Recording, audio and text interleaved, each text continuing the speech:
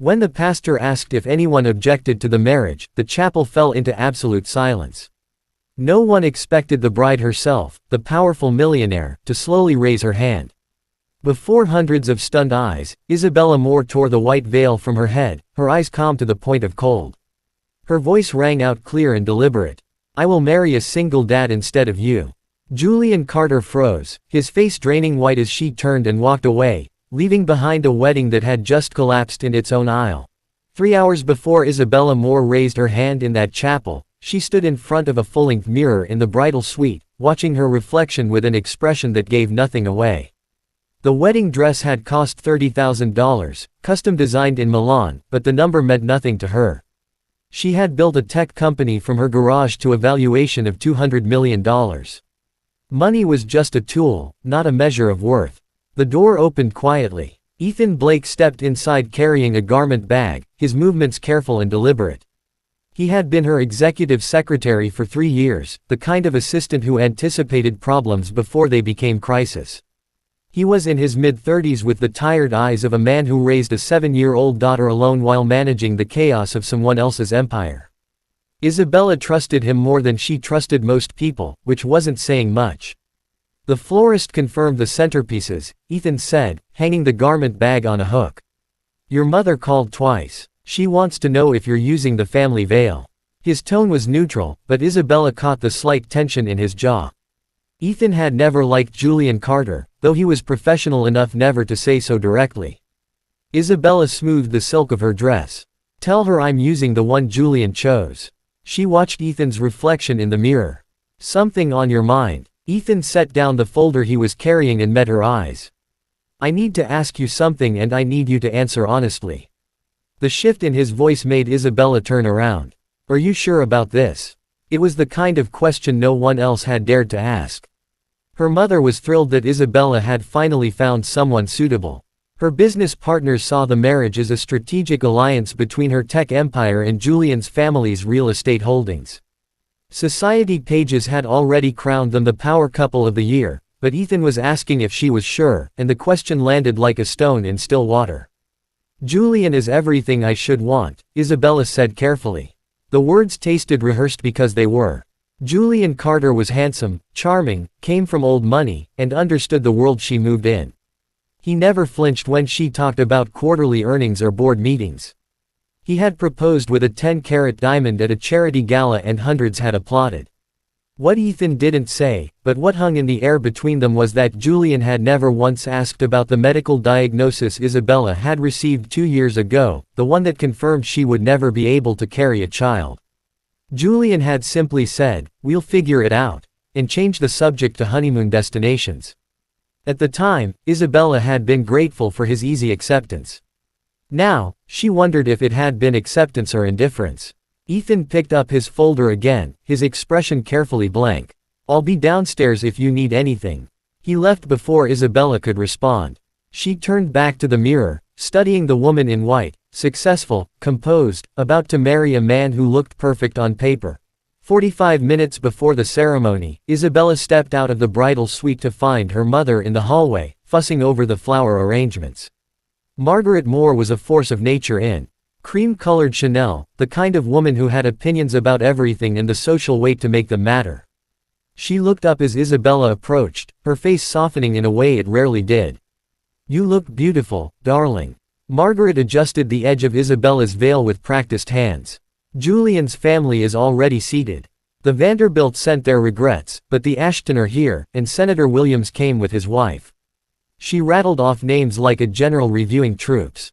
Every guest a strategic piece on a social chessboard. Isabella barely heard her. Down the hallway, she could see the door to the groom's preparation room standing slightly ajar. Male voices drifted out, loud with the kind of laughter that came from expensive whiskey and old friendships. She recognized Julian's voice immediately, smooth and confident. "I need a moment," Isabella told her mother, already moving toward the sound. Margaret called after her, something about not seeing the groom before the ceremony. But Isabella wasn't listening anymore. She stopped just outside the door, hidden from view, as Julian's voice rose above the others. "Come on, Carter, level with us," one of the groomsmen said, his words slightly slurred. You're really doing this, marrying the Ice Queen. The casual cruelty in the nickname made something tighten in Isabella's chest, but she stayed still, barely breathing. Julian's laugh was easy, familiar. You make it sound like a death sentence, Bradley. Isabella's brilliant, successful, and she doesn't need me to pretend to be something I'm not. There was a pause, the clink of glasses being refilled. Plus, have you seen her portfolio? The woman's worth more than all our families combined. So, you're in it for the money. Another voice chimed in, amused rather than judgmental. At least you're honest. Isabella felt her hands go cold. She should walk away, but her feet stayed rooted to the floor. It's not just the money, Julian said. And for a brief moment, Isabella felt a flicker of hope. Then he continued, it's security, stability. My family's real estate holdings are solid, but Isabella's tech company is the future. This marriage is good business.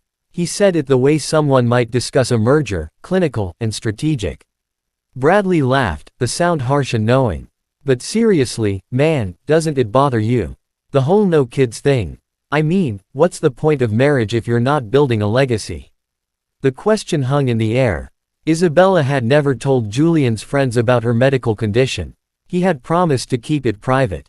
A woman who can't give birth has no value except money. Julian's voice was matter of fact, almost dismissive. At least Isabella knows what she's good for. She doesn't have illusions about being a traditional wife or mother. She brings capital to the table and I bring stability and social standing. It's a fair trade. The words hit like a physical blow. Isabella's vision blurred at the edges. The ornate hallway tilting slightly. She pressed one hand against the wall to steady herself. The man she was about to marry had just reduced her to a transaction. A walking checkbook with a medical condition that made her worthless outside her bank account. She turned and walked back toward the bridal suite. Each step measured and controlled. She had built a $200 million company by keeping her emotions locked down and her strategy sharp. She could do this. Her mother was gone when she slipped inside and closed the door, leaning against it as the carefully constructed composure finally cracked. Her chest felt tight, her breathing shallow. All those months of telling herself that Julian accepted her as she was and it had been a lie. The door opened abruptly and Isabella straightened, forcing her face back into neutral lines. Ethan stood in the doorway, his expression tense in a way she had rarely seen. He was holding his phone. I need to show you something, Ethan said quietly. He closed the door behind him and held out his phone. I'm sorry. I debated whether to give this to you, but I think you need to hear it before you walk down that aisle. Isabella took the phone, her hand still shaking slightly. What is this? Ethan's jaw was tight. I've had concerns about Julian for a while. I hired someone to do some basic background work. The investigator was at the venue earlier today. He overheard Julian talking to his groomsmen and recorded it. He sent it to me 10 minutes ago. Isabella looked down at the phone screen at the audio file waiting to be played. She already knew what it would contain, but having it recorded made it somehow more real and more damning. She pressed play, and Julian's voice filled the small room. When it ended, Isabella handed the phone back to Ethan. Her hands were steady now, her breathing even. The shock had passed, burned away by something colder and more focused. Send that to my email, she said quietly. And to my personal cloud storage, Ethan nodded, already typing. What are you going to do? Isabella looked at herself in the mirror again. Guests were waiting. Her mother would be devastated. The social fallout would be immediate and brutal. But she could walk into that chapel, stand at the altar, and when the moment was right, make sure the truth came out in a way that left no room for misinterpretation. Isabella had built her company by understanding timing, by knowing when to make her move for maximum impact. The ceremony starts in 20 minutes, Ethan said softly. Isabella met his eyes in the mirror. Then I have 20 minutes to decide. Ethan hesitated, then took a step closer. Whatever you choose, I'm here. If you need me to call this off, I'll handle it. If you need me to do something else, just say the word. She nodded once, then turned back to the mirror. The woman in the white dress looked back at her, and this time, Isabella saw something different. Not a bride walking toward a happy ending, but a strategist preparing for battle. Julian Carter had made a mistake when he reduced her to a balance sheet. He had forgotten that she was the one who had built that fortune from nothing. If he wanted to see what she was worth, she would show him, and everyone in that chapel would see it, too. The chapel doors were massive, hand-carved oak that had been shipped from an estate sale in England. They stood closed in front of Isabella, and beyond them, guests waited in polished pews under crystal chandeliers. The string quartet was playing something soft and classical, filling the space with the kind of music that was supposed to make this moment feel timeless and romantic. Isabella's hand rested on her father's arm, and she could feel him looking at her with concern. "You're shaking," Robert Moore said quietly. He was a retired judge, a man who had spent 40 years reading people in courtrooms, and he knew his daughter well enough to sense when something was wrong. "We can wait another minute if you need to." Isabella shook her head. The irony wasn't lost on her that her father, who had taught her to never back down from a fight, had no idea she was about to walk into the biggest confrontation of her life. "I'm fine," she said. And the lie came out smooth and practiced. "Just nerves." Robert squeezed her hand, then signaled to the coordinator. The doors swung open and the music shifted to the wedding march. Every head turned to look at Isabella, and she felt the weight of countless eyes tracking her every step. Her mother sat in the front row, dabbing at tears with a monogrammed handkerchief. Julian's parents were across the aisle, looking pleased and proud. And at the altar, Julian Carter stood in a custom tuxedo, his smile wide and confident, like a man who had already won. Isabella began the long walk down the aisle, her hand tight on her father's arm. Each step felt surreal, like she was watching herself from a distance, the faces blurred together on either side. Friends and colleagues and society fixtures who had come to witness what everyone assumed would be a perfect union. She caught sight of Ethan standing near the back, his expression carefully neutral, but his eyes tracked her with an intensity that made her feel less alone. The aisle seemed endless, but eventually she reached the altar. Robert kissed her cheek and placed her hand in Julian's, then stepped back to sit beside Margaret. Julian's fingers closed around hers, warm and steady. And when he leaned in close, his voice was low enough that only she could hear. "You look incredible," he whispered. He had no idea what was coming. He thought this was just another deal closing in his favor. Pastor William smiled at them both, then turned to address the congregation. He was an older man with silver hair and a voice that carried easily through the chapel. He spoke about love and commitment, about partnership and building a life together, and every word felt like glass scraping against Isabella's skin. She stood perfectly still, her face composed into the serene expression expected of a bride. Julian held her hands, his thumb rubbing small circles on her palm in what might have been meant as comfort but felt more like ownership. The pastor talked about the sanctity of marriage, about two families joining together. Isabella let the words wash over her, focusing instead on the weight of her phone in the hidden pocket of her dress. Ethan had transferred the recording to her device before she walked down the aisle. It was there, waiting. "Marriage is not just a union of two people," Pastor Williams said, his tone warm and pastoral, "but a covenant before God and these witnesses. It requires honesty, trust, and unwavering commitment." The bitter irony nearly made Isabella laugh. Julian squeezed her hands gently, probably thinking she was emotional from the ceremony. The pastor continued through the traditional ceremony, building toward the vows that would legally bind them together. Isabella's heart was pounding now. This was the moment, the point of no return. She would destroy this wedding in front of everyone who mattered in their social circle, and the fallout would be immediate and brutal. If anyone can show just cause why this couple cannot lawfully be joined together in matrimony, Pastor Williams said, his voice carrying the ritual weight of a question asked at thousands of weddings. "Let them speak now or forever. Hold their peace." The chapel fell into the expected silence, that breathless moment that was supposed to be purely ceremonial. No one ever actually objected. Isabella's hand lifted slowly, almost of its own accord. Her arm rose into the air, her fingers steady despite the chaos erupting in her chest. The silence shifted, became confused and uncertain. A few people laughed nervously, thinking it was some kind of joke. Julian's face broke into an amused smile, his eyes crinkling at the corners. "Bella," he said softly, using the nickname only he was allowed to use, his tone indulgent and slightly patronizing. "What are you doing?" The laughter spread through the chapel, rippling through the pews as guests exchanged glances and smiled at what they assumed was a light-hearted moment. Isabella pulled her hands free from Julian's and took a step back. The movement was deliberate, final, and the laughter began to die as people registered that something was genuinely wrong. "I object to this marriage," Isabella said clearly, her voice carrying through the chapel with the same authority she used in boardrooms. The remaining laughter cut off abruptly, replaced by shocked silence. Julian's smile faltered, but didn't disappear completely. He reached for her hands again, his expression shifting to concern mixed with embarrassment. "Sweetheart, you're just nervous. Let's take a breath, okay?" He spoke to her the way someone might soothe a spooked horse. Gentle but firm. "Everyone gets cold feet. It's normal. Don't touch me," Isabella said, and the coldness in her voice made Julian's hand freeze in midair. She reached into the hidden pocket of her dress and pulled out her phone, her fingers moving with practiced ease. "I think everyone here deserves to know exactly who you are before we go any further." Julian's face went pale, the confident smile finally cracking. "Isabella, what are you doing? Put that away." She didn't answer him. Instead, she turned to face the congregation holding up her phone. "About an hour ago, my fiancé was in the preparation room with his groomsmen.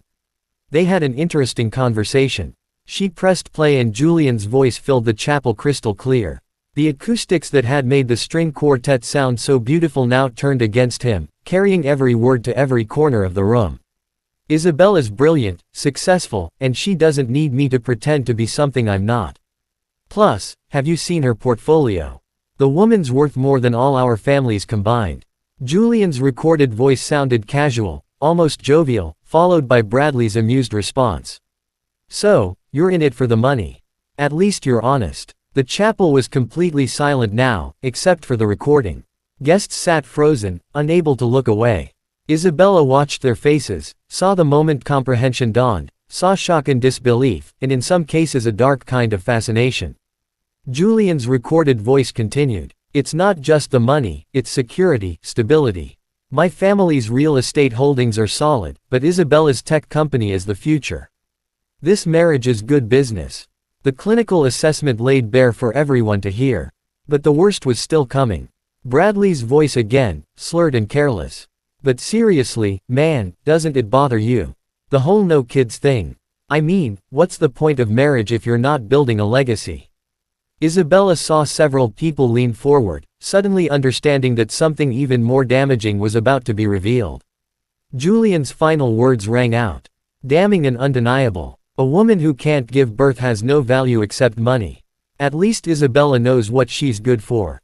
She doesn't have illusions about being a traditional wife or mother. She brings capital to the table, and I bring stability and social standing. It's a fair trade." The recording ended and the silence that followed was absolute. Isabella put her phone away, her hands completely steady now. She felt strangely calm, like the eye of a hurricane. She turned back to Julian, who stood frozen at the altar, his face drained of all color. His mouth opened and closed, but no sound came out. "Isabella, I can explain."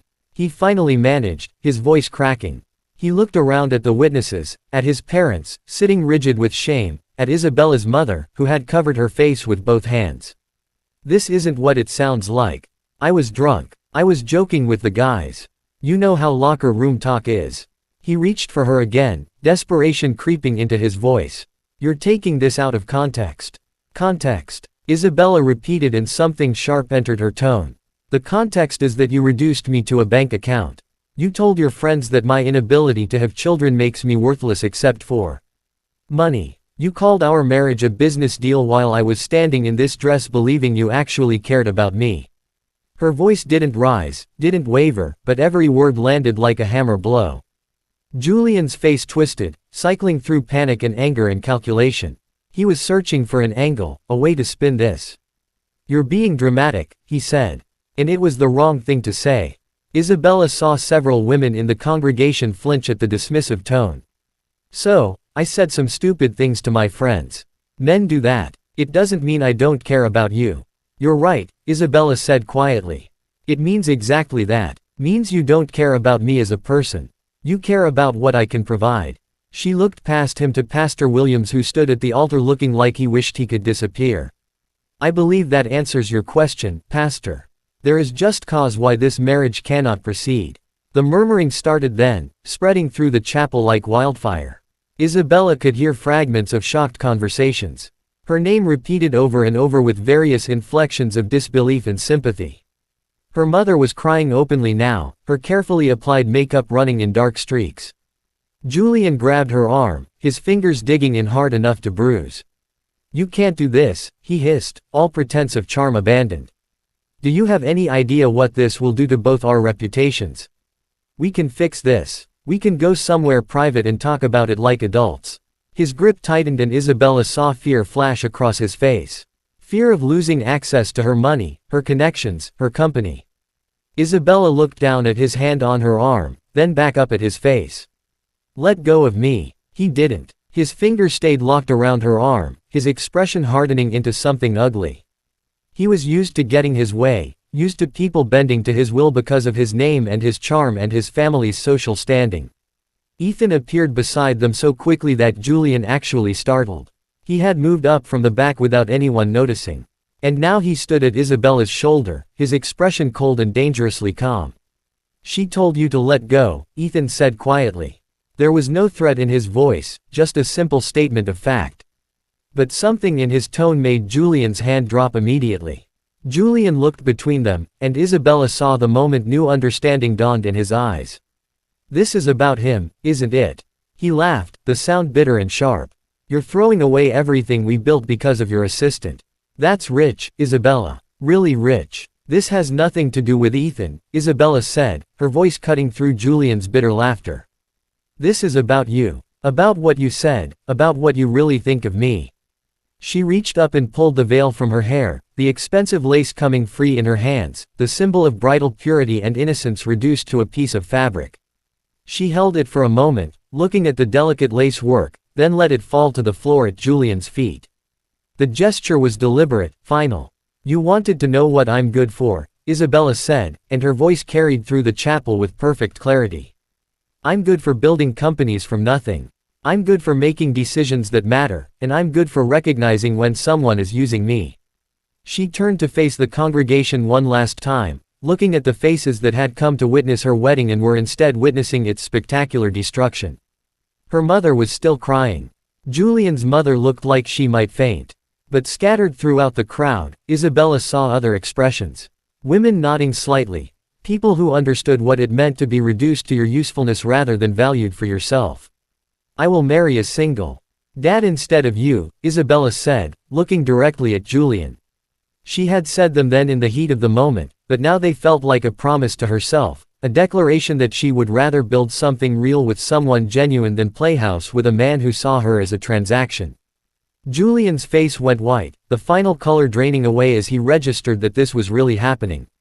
"You'll regret this," he said, his voice shaking with rage and humiliation.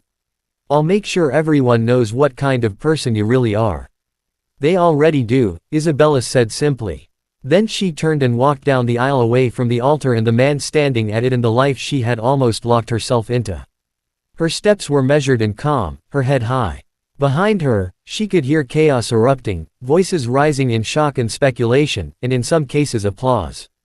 But she didn't look back. She kept her eyes forward, focused on the massive oak doors that led out of the chapel and into whatever came next. Ethan fell into step beside her, not touching her, but close enough that she could feel his presence. They walked together out of the chapel and into the bright afternoon sunlight, leaving behind a wedding that had cost hundreds of thousands of dollars and a future that would have cost Isabella everything that mattered. The sunlight outside the chapel was too bright, almost painful after the dim elegance of the interior. Isabella kept walking, her heels clicking against the stone path that led toward the parking area. She could hear voices behind her, the chapel doors opening and closing as people spilled out to watch her leave or to chase after the spectacle. But she didn't turn around. She focused on putting one foot in front of the other, on maintaining the composed mask she had worn through the entire confrontation. Ethan stayed beside her, matching her pace exactly. He didn't try to take her arm or guide her or offer empty reassurances. He simply walked with her, a steady presence in the chaos she had just created. When they reached his car, parked in a corner of the lot away from the main entrance, he unlocked it without a word and opened the passenger door. Isabella slid inside and the moment the door closed behind her, cutting off the sounds from the chapel, something inside her finally broke. Her hands started shaking first. A tremor that spread up her arms and into her chest until her whole body was vibrating with the force of everything she had been holding back. She pressed her palms against her thighs, trying to steady herself, but it was useless. The adrenaline that had carried her through the confrontation was draining away, leaving behind raw terror and grief and exhaustion. Ethan got into the driver's seat and started the engine, pulling out of the parking lot smoothly, while Isabella fought to keep herself together. She stared straight ahead, watching the venue disappear in the side mirror, watching the life she had almost committed to fade into the distance. "Where do you want to go?" Ethan asked quietly. His voice was calm, practical, giving her something concrete to focus on. Isabella opened her mouth to answer and found she couldn't form words. Where did she want to go? Back to her penthouse where every surface held reminders of the wedding planning, to her mother's house where she would have to face Margaret's devastated tears. "I don't know," she managed finally, and her voice came out broken and small. She hated the sound of it, hated the weakness it revealed. She had built a company by being strong, by never letting anyone see her crack. But sitting in Ethan's car in the wedding dress she would never wear again, Isabella felt anything but strong. Ethan drove without speaking, navigating through traffic with the same quiet competence he brought to everything. After 20 minutes, he pulled into the parking lot of a small park Isabella had never noticed before. Tucked away in a neighborhood far from the social circles she usually moved in. He turned off the engine and sat back. "You can fall apart now," he said softly. "No cameras, no witnesses, just us." The permission was what Isabella needed. The last thread of control snapped, and she bent forward, her face in her hands as the sobs she had been fighting finally broke free. They came in waves, violent and uncontrollable, shaking her entire body. She cried for the relationship that had been a lie, for the future she had imagined that would never exist. For the humiliation of having her most private pain broadcast to hundreds of people, but mostly she cried because of what Julian had said, the words that kept echoing in her head. She had spent 2 years trying to make peace with her diagnosis, trying to believe that her worth wasn't tied to her ability to have children. And in one careless conversation, Julian had confirmed her deepest fear, that she was broken, that she was less than. Ethan's hand touched her shoulder, gentle and careful. "Can I?" he asked, and Isabella nodded because she couldn't speak. He unbuckled both their seat belts and pulled her toward him, wrapping his arms around her in a way that felt nothing like Julian's possessive touches. This was different, protective but not controlling, steady but not demanding. He held her while she broke apart, one hand rubbing slow circles on her back. And he didn't try to fix it or minimize it or tell her it would be okay. "You're not worthless because you can't have children," Ethan said quietly when her sobs had subsided into shaky breathing. His voice was matter of fact, not trying to convince her, but simply stating a truth he believed completely. "You're brilliant and strong, and you just had the courage to blow up your own wedding rather than spend your life with someone who didn't deserve you. That's not worthless. That's powerful." Isabella pulled back enough to look at him, her makeup ruined, and her carefully styled hair falling loose from its pins. "He made me feel like I was nothing," she whispered, "like the only reason anyone would want me is for my money." Ethan's jaw tightened, anger flashing across his face before he controlled it. "Then he's an idiot who never saw you clearly." "You see me," Isabella said, and the realization felt both terrifying and safe. "You've always seen me. Not the company or the portfolio or the social connections, just me." Ethan's expression softened. "You're not hard to see when someone actually looks." He reached up and carefully wiped a streak of mascara from her cheek. "I've worked for you for 3 years, Isabella. I've seen you stay up until 3 o'clock in the morning to help a junior employee fix a coding error. I've seen you anonymously pay for a colleague's medical bills when their insurance fell through. I've seen you cry over animal shelter commercials and laugh until you couldn't breathe at terrible puns." He let his hand drop back to his lap, his eyes steady on hers. "Julian saw what you could do for him, but I see who you are when no one's watching. And that person is worth so much more than any bank account." The words settled over Isabella like a blanket, warm and solid. She had spent so long performing for people, being the successful CEO and the perfect fiancé. But Ethan had seen past all of that to the person underneath. And he hadn't found her lacking. "I said I would marry a single dad instead of you," Isabella said, the words hanging between them. In the chapel, I don't know why I said that. Ethan's mouth quirked in a small sad smile. You said it because Julian made you feel like your value was tied to having children and you wanted to hurt him the way he hurt you. It's okay. You don't have to mean it. But the strange thing was Isabella realized some part of her did mean it. Not as a declaration of love or a promise of a relationship, but as a recognition that what she wanted had fundamentally changed. She didn't want someone who saw her as a business deal or a social trophy. She wanted someone who would hold her while she fell apart and tell her she was powerful even when she felt broken. I have a daughter, Ethan said quietly. Lily, she's 7. She likes dinosaurs and hates broccoli, and she asks approximately 1 million questions per day. His expression turned serious. If you're looking for uncomplicated right now, I'm the wrong choice. Single parents come with baggage and schedules and a tiny human who needs to come first. Isabella found herself smiling despite everything. A small, fragile thing that felt like the first crack of light after a long darkness. I like dinosaurs, she said. And I also hate broccoli. The questions sound exhausting, but I ran a tech startup.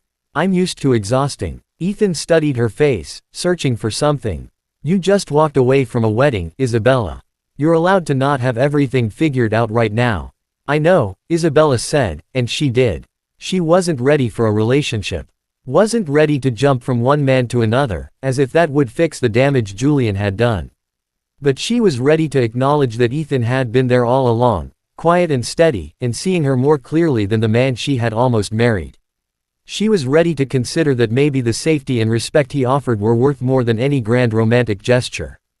They sat in the car for a long time, watching the park through the windshield as families walked by with children and dogs. Isabella's breathing slowly returned to normal. Her hands stopped shaking and the panic that had threatened to consume her gradually receded. The wedding was cancelled. Her social circle would be buzzing with gossip for months. Her mother would probably need therapy, and Julian would undoubtedly try to spin the narrative in his favor. But sitting here still wearing the expensive gown with her makeup ruined and her heart raw, Isabella felt something she hadn't felt in a long time. She felt free. Free from a relationship built on lies. Free from the pressure to be someone she wasn't.